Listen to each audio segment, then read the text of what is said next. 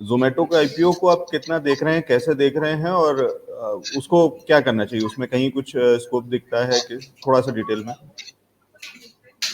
देखिए, सबसे पहली चीज़ कि जो बिज़नेस है वो काफ़ी जो है कह लें कि हैपनिंग बिज़नेस है, जिस बिज़नेस में हैं ये लोग। प्लेटफ़ॉर्म का बिज़नेस है और प्लेटफ़ॉर्म के बिज़नेस से अपने बिज़नेस को कई गुना स्केल पे ले जाया जा सकता है। और क्योंकि आप देखें कि अगर आप एक रिमोट एरियाज़ में हैं और आपको कोई भी चीज़ खाने की ज़रूरत पड़ती है, आप ऐप में जाते हो और ऐप से उस रेस्टोरेंट को कनेक्ट कर लेते हो। और वो कनेक्टर या एग्रीगेटर ये प्लेटफ़ॉर्म होता है। तो प्लेटफ़ॉर्म के बिज़नेसेस दुनिया में काफ़ी ज़्यादा अच्छे चल रहे हैं। और जहाँ तक हम खाने की बात कर रहे हैं, तो चाइना, यूएस जो ये डेवलप्ड नेशंस हैं कह लें, वहाँ पर बहुत ज़्यादा ऑफटेक होता है, या लोग कह लें कि ज़्यादा रेस्टोरेंट पे डिपेंडेंट रहते हैं अपने फूड के लिए, डेली फूड के लिए। चाइना में तो कह लें 50% के करीब है। इंडिया में बहुत ही मीगर है मार्केट। मार्केट टोटल 65 बिलियन का है, लेकिन जो रेस्टोरेंट के मार्केट है वो काफ़ी कम है। और जैसा कि वर्किंग पॉपुलेशन हमारी वुमेन ज़्यादा होने वाली हैं, धीरे-धीरे लोग जो है कामकाजी महिलाएँ बढ़ेंगी तो घर में खाना कौन बनाएगा? तो वो ये कॉन्सेप्ट है टोटल इस बिज़नेस का कि लोग धीरे-धीरे रेस्टोरेंट की तरफ ज़्यादा जाएँगे।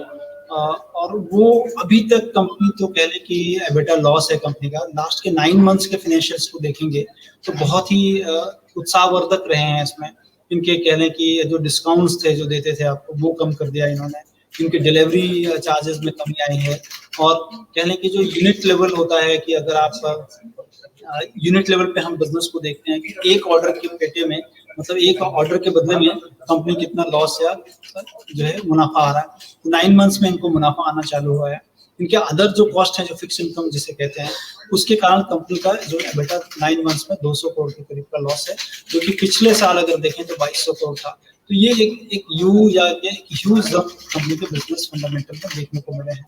वैल्यूएशंस की अगर हम बात करेंगे तो थोड़ा महंगा जरूर है ये स्टॉक दिखता है, क्योंकि जो हम ईवी टू सेल्स रेशियो देखते हैं उसमें करेंटली 22 पे है, क्योंकि कंपनी प्रॉफिट में नहीं है तो हम जो है ईवी टू एबिटा भी नहीं देख पा रहे हैं अभी, क्योंकि लॉस में है कंपनी।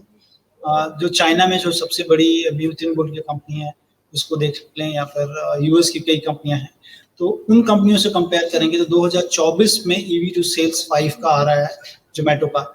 मतलब फॉरवर्ड लुकिंग अगर हम देखेंगे तो काफी ज्यादा कंपनी एक्साइटिंग दिख सकती है। और इनके जो रेवेन्यू में जो एक ह्यूज जो जंप हुआ है उसके कारण जो है हम सारी चीजें देख रहे हैं। करंट मार्केट प्राइस पे देखें तो बहुत ही महंगा होगा शेयर्स। निचले स्तरों पे आपको मिलता है तो आपको करना चाहिए। लिस्टिंग गेन के लिए आप कर सकते हैं, क्योंकि ये प्लेटफॉर्म के बिजनेसेस कितनी जल्दी चेंज होंगे इनका, या कह लें कि इनके फाइनेंशियल्स में कितना जल्दी चेंज होगा, ये कहना बहुत ही मुश्किल है। मतलब एक क्वार्टर में भी ये यू टर्न हो सकता है। जैसे 9 मंथ्स में इन्होंने एकदम यू टर्न कर लिया है, तो मतलब इनको पर ऑर्डर पे प्रॉफिट आना चालू हो गई है। तो नेक्स्ट हो सकता है कि अगर इस तरह से करें तो फिर ज्यादा रेस्टोरेंट जुड़ेंगे इनसे।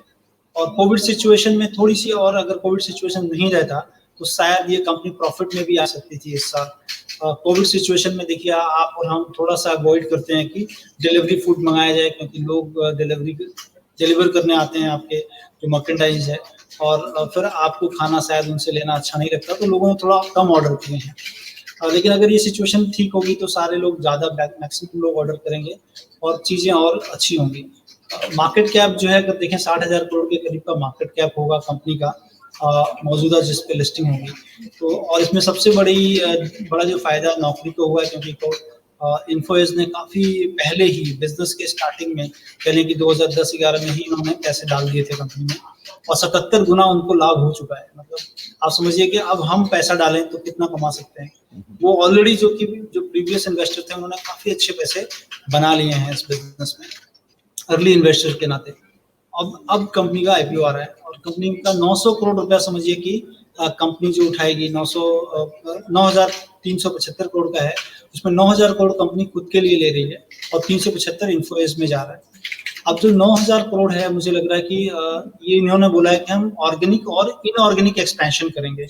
और ऑर्गेनिक इनऑर्गेनिक एक्सपेंशन में देखें कि ऑर्गेनिक तो एक्सपैंड कर रही है कंपनी, इनऑर्गेनिक एक्सपेंशन में 2 कंपनियां हैं पूरे सेक्टर में, स्विगी और जोमेटो। तो स्विगी तो शायद ये खरीद नहीं पाए शायद, या उनके साथ वो कंपनी नहीं आए। मुझे लग रहा है कि ग्रोफर के साथ इनकी जो बातचीत चल रही है कि एक नॉन कोर बिजनेस में जाएंगे, रिलेटेड बिजनेस होगा और 10% की हिस्सेदारी उसमें लेंगे, तो इस तरह से एक्सपेंशन कंपनी कर सकती है और कंपनी एक नए स्केल पे जा सकती है। ये सारी चीजें हैं। फ्यूचर प्रोस्पेक्ट काफी अच्छा है कंपनी का, तो आप मौजूदा स्तर पे ले सकते हैं, अप्लाई कर सकते हैं और वहाँ पे थोड़ा लिस्टिंग गेन होगा, और अगर आपको नीचे मिलता है तो आपको और इसमें एक्यूमुलेट करना चाहिए, क्योंकि आने वाले दिनों में, या मिलेनियल्स की बात कर लें, अगर हम जेन एक्स की बात छोड़ दें, लेकिन मिलेनियल्स के बाद जो भी हैं, या जेन जी की बात कर लें, तो जेन जी आने वाले दिनों में वो मतलब इन्हीं सारी चीज़ों पे ज़्यादा लैच ऑन करेंगे और इन्हीं सारी चीज़ों से वो अपना काम चलाएंगे। तो मुझे लग रहा है कि आने वाले दिनों में ये सारी चीज़ें कैचअप होंगी और एक फ्यूचर बिजनेस के रूप में आप देख सकते हो इसको, और निचले स्तरों पर मिले तो काफ़ी अच्छा होगा। ठीक है, तो संतोष जी बस एक सवाल इसमें और मैं ऐड करना चाहता हूँ या पूछना चाहता हूँ कि क्या बाजार ने वो वाले माइंडसेट को हजम कर लिया है? क्योंकि बाजार का माइंडसेट होता था, मुनाफे पे बात करते थे हम, एबिटा पे बात करते थे हम, वो वाली सारी चीजों को देखते थे, प्रॉफिट मार्जिन्स को देखते थे।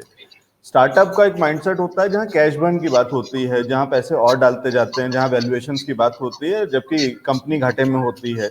तो यहाँ पे ये दोनों का मिसमैच है, दोनों माइंडसेट्स का। मैं कह रहा हूँ कि मानसिकता अलग तरीके की होती है बाजार में, या कॉर्पोरेट्स के साथ में हम अलग तरीके से बुक्स को देखते हैं और स्टार्टअप्स में अलग तरीके से देखते हैं। अब ये दोनों का यहाँ पे एक आकर के एक संगम होने वाला है, एक ऐसी जगह पे आकर के दोनों चीजें क्लैश कर रही हैं। तो क्या वो क्लैश होने वाला है या वो मर्ज हो गया? आप ये कह रहे हैं कि अब सब कुछ एक्सेप्टेड है, अंडरस्टूड है कि हाँ ये ऐसे ही होता है और उसमें इससे कोई दिक्कत नहीं। देखिए, अब एक कह लें कि conventional way of doing business था और ये एक non conventional way of doing business है, और एंटरप्रेन्योर्स जो हैं कि वो एक ही चीज को अलग तरीके से करते हैं, और उसमें सबसे बड़ी चीज होती है कि आप जो प्लेटफॉर्म का बिजनेस है उस पर आपने कितने लोगों को जोड़ा है। अगर आप कन्वेंशनल बिजनेस कर रहे होते तो आपने क्या किया होता कि रेस्टोरेंट बनाए होते, और रेस्टोरेंट के मल्टी चेन रेस्टोरेंट बनाया होता, और मल्टी चेन रेस्टोरेंट में आप शायद उतने लोगों को जोड़ नहीं पाते। प्लेटफॉर्म के बिजनेस में सबसे बड़ी चीज है कि आप जो है लाखों लोगों को जोड़ लेते हैं और थोड़ा इंसेंटिव देते हैं, थोड़े दिन कैश बर्न करते हैं, और एक फ्यूचर में एक पर्टिकुलर पॉइंट इन टाइम पे आपका वो कैश बर्न धीरे धीरे कम होता है और कंपनी प्रॉफिटेबल होती है। अगर हम पिछले कह लें कि अगर यूएस की बात कर लें और वहाँ पर अमेजोन अगर देखें, तो अमेजोन जो प्राइम जब से उन्होंने चालू किया तो कंपनी में की प्रॉफिटेबिलिटी हेवे हो गई, मतलब काफ़ी अच्छी बढ़ गई वहाँ पे।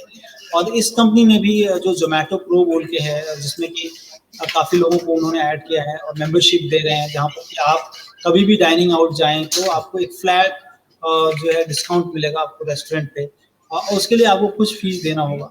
तो इस तरह की चीज़ें धीरे धीरे कंपनी कर रही है, जिससे कारण कि इनकी प्रॉफिटेबिलिटी इंक्रीज होगी। और अगर ग्रोफर को इन्होंने जोड़ा, जो कि रोजमर्रा की जिंदगी में है की चीजें वो देती हैं, तो वहां पर भी एक साइजेबल कह लें कि एक मार्केट है।